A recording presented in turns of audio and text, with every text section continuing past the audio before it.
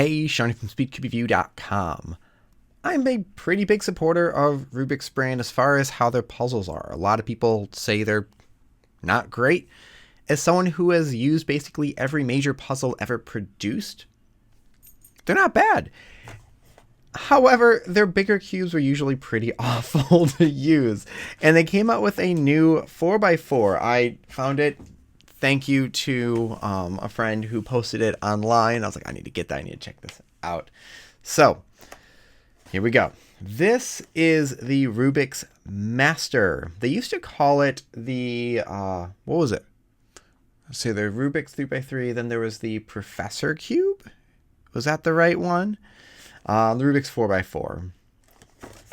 Let's see how this is. Now, I already like the size. So the original ones were 60 plus millimeters. And then for a while, even the speed cubes were around 62. And they've gotten smaller, and this is around 60 now. So what I want to do, yeah, this is like a 60 millimeter 4x4. This is fantastic. Compared to 56, yeah, it's pretty close. Let me make sure this camera is cleaned off. Looks like the lens is a little bit grubby. Standard colors, and it has the tiles. So you're not going to have to worry about peeling stickers. Ooh. Oh, a little lock up there.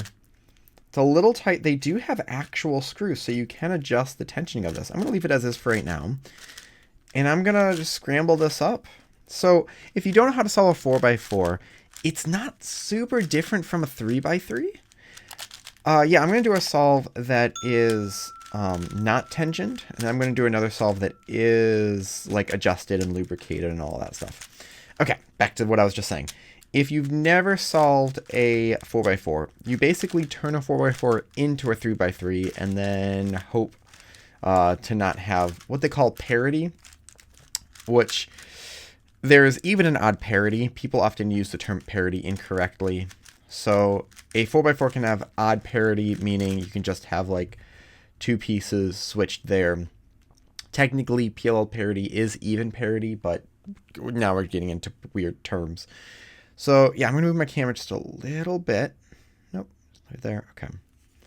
And yeah, we'll see how this goes. So pretty much you turn this into a 3x3, and once you get used to doing that normal reduction, you can adjust steps around.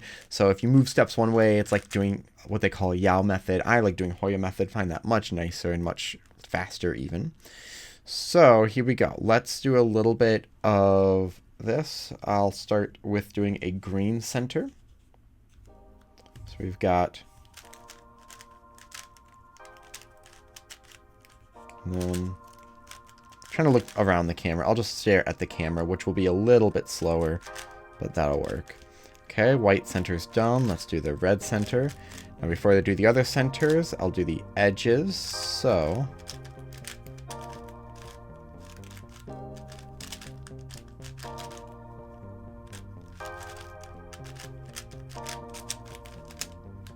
oh, almost had a pop there. And then orange. Where's the other orange piece? There it is. Let's finish the centers. Okay, we got the cross edges done and the centers done. Now let's do the last 8 edges. Yeah, really weird looking from behind the camera.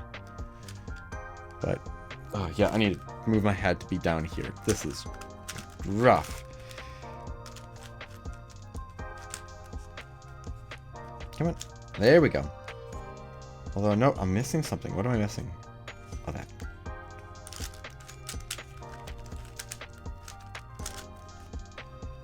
And this is such a nicer 4x4. Like, I could see someone using this at a competition.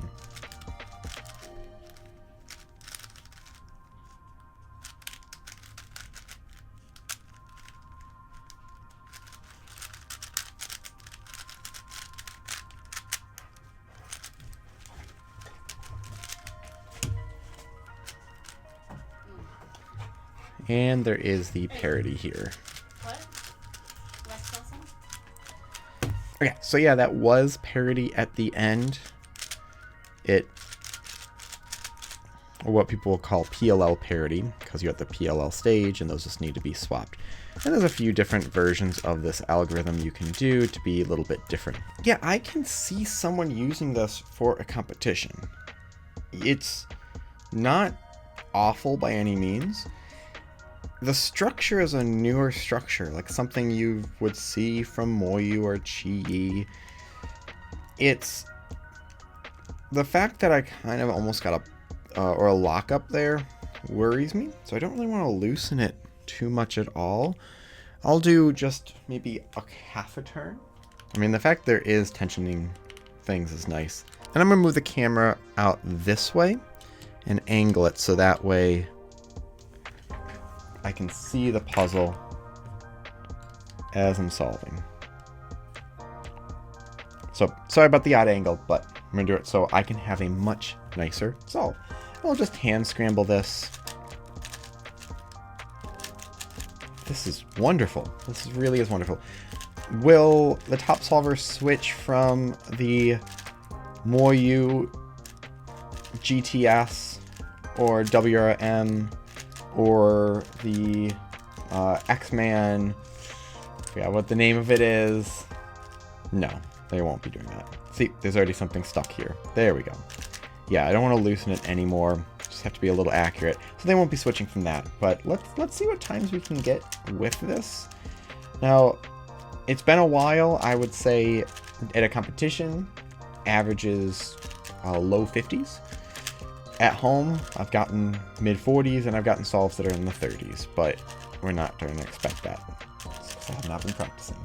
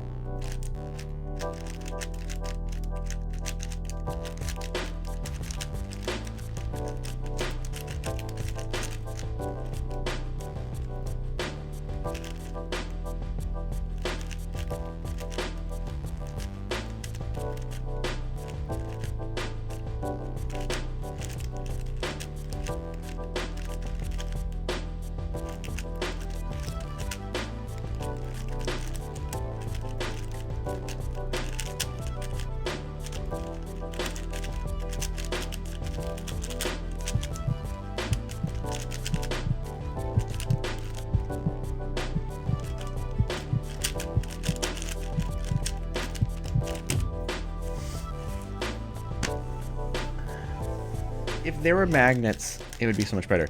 This reminds me, honestly, of performance of the mini Moyu Aosu. Performance-wise, that's what it feels like if you used puzzles from that long ago, where it works, it's fairly stable, not gonna pop super easily, but you still have to be kind of careful with it because it can misalign, and magnets can definitely help. So what's the purpose of Rubik's Brand if you're a speed solver? If you're a speed solver, you're probably not going to be using it too much. For someone who is just starting out, this isn't going to stifle their ability to learn. And personally, I would be more excited to solve this as a beginner than solving something that I don't recognize the name, comes in sometimes a basic cardboard box. Having this can be exciting. Now, also, as a teacher, I often will have things around while students need extra time to do something. They can solve a puzzle. I would rather have something like this with the tiles than stickered ones or, I don't know, ones that could pop more easily. But there's a lot of debates and arguments people would have for that. Let's do a red start this time. It seems like it'll work. Yeah.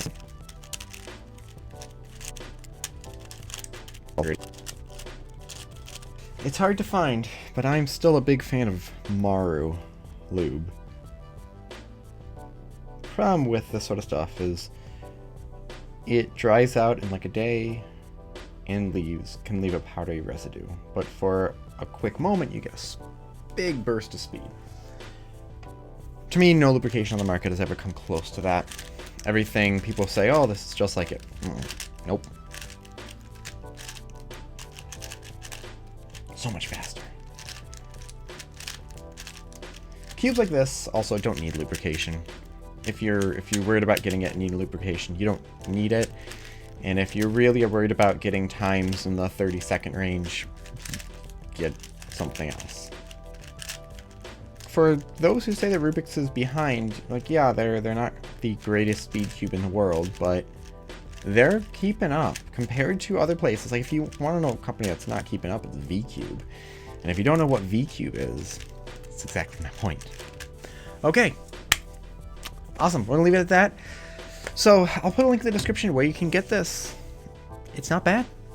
It's definitely an interesting puzzle, something for a collection or something if someone wants to start out and they really want the Rubik's branded product.